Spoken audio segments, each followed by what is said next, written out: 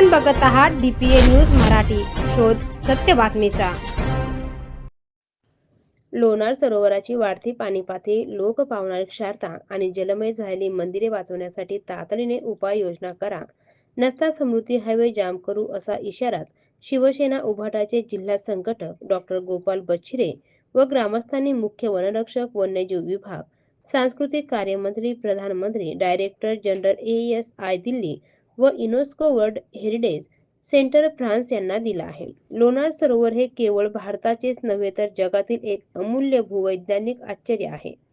मात्र सध्याच्या परिस्थितीमुळे या वारशाचे अस्तित्व धोक्यात आले आहे। सरोवराचे पाणी पातळी 20 ते 25 फुटांनी वाढल्यामुळे पाण्याचे मूळ स्वरूप, क्षारता आणि विलमता नष्ट होत आहे। पाण्याचा pH स्तर 11.5 वरून 7.5 पर्यंत खाली आला आहे।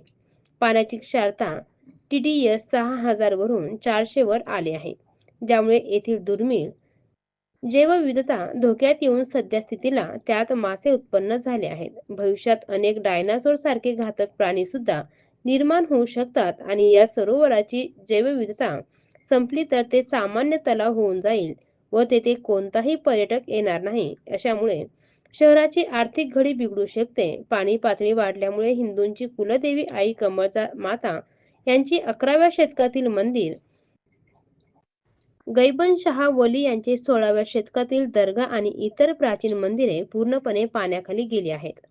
गर्भगृहात पाणी शिरल्याने मातेच्या मूर्तीची व मंदिराची हानी होत असून भाविकांच्या भावना दुखावल्या जात आहे। शहरातील सांडपाणी आणि गोड्या पाण्याचे प्रवाह थेट सरोवरात मिसळत असल्याने सरोवराचे मूळ रूप बिघडत आहे। याकरिता सरोवरात येणारे गोड्या पाण्याचे नैसर्गिक स्रोत धारतीर्थ, रामगया इतर काठावरच अडवून उपसा सिंचनाद्वारे वॉटर लिफ्टिंग करून ते पाणी लोणार शहराच्या पाणी पुरवठा योजनेसाठी वापरण्यात यावे। शहराचे सांडपाणी सरोवरात जाण्यापासून रोखण्यासाठी कायमस्वरूपी सांडपाणी प्रक्रिया प्रकल्प STP कार्यान्वित करावा। याकरिता पुरातत्व विभाग, ASI, वन्यजीव विभाग आणि महसूल विभाग यांच्यात समन्वय साधून मंदिर परिसरातील पाणी उपशासाठी तातडीने नियोजन करावे। याकरिता सरोवराच्या अद्यस्थितीचा प्रभाव अहवाल व उपाययोजना मास्टर प्लॅन तयार करून लोणार तहसीलदार भूषण पाटील यांच्या मार्फत जिल्हा अधिकारी श्री किरण पाटील, प्रधान मुख्य वनरक्षक वन्यजीव Maharashtra Shri Shailendra Deharwal, director general ASI Delhi Shri Yadubir Singh Rawat, सांस्कृतिक कार्यमंत्री भारत सरकार गजेंद्र सिंह शेखावत, प्रधानमंत्री भारत सरकार श्री नरेंद्रजी मोदी व director general UNESCO world heritage centre फ्रान्सचे श्री खालिद अल एनानी यांना ईमेल करून प्रत्यक्ष निवेदनासोबत दिलेला आहे।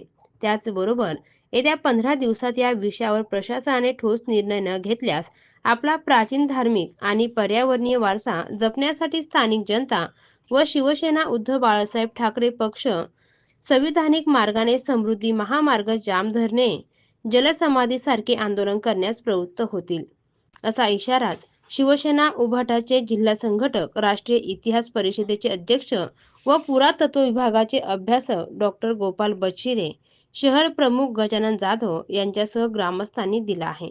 या प्रसंगी सुदम अंभोरे सर, विनायक गोपाळराव मापारी, श्रीकांत मादनकर, इकबाल कुरेशी, ओवेस कुरेशी, यशपाक खान, महिम खान, ज्ञानेश्वर दुधमोगरे, सादिक शेख, विजय घोडके यांच्यासह मोठ्या संख्येने ग्रामस्थ उपस्थित होते। हे 5 निवेदन आम्ही माननीय तहसीलदार साहेब यांच्या माध्यमानं कलेक्टर साहेब, त्याचबरोबर भारताचे प्रधानमंत्री नरेंद्रजी मोदी साहेब, त्याचबरोबर भारताचे सांस्कृतिक मंत्री शेखावत साहेब आणि archaeological survey of India director general आणि त्याचबरोबर महत्त्वाचं जे आहे ते युनेस्को डायरेक्टर जनरल युनेस्को, जे फ्रान्समध्ये जी संघटना आहे की जी वर्ल्ड हेरिटेज सेंटरसाठी अनुदान आणि त्याचा विकास आणि त्याला सांभाळण्याची जबाबदारी त्याच्याकडे असते। या सर्वांना हे निवेदन देत आहोत आम्ही तहसीलदार साहेबांच्या माध्यमानं आणि तहसीलदार साहेबांनी ते पुढे पाठवावं आणि यावर त्वरित उपाययोजना व्हावी, अन्यथा हे प्राचीन मंदिर हे अक्षरशः म्हणजे भुईसपाट होण्याच्या मार्गावर आले। आणि नुसतं मंदिरच नाही साहेब, तिथे एक गैबनशावली चा दर्गा आहे जो आज पाण्यात आहे, त्यांची कबर आहे, ती कबर सुद्धा उद्याला नेस्त नाबूद होण्याच्या मार्गावर आहे.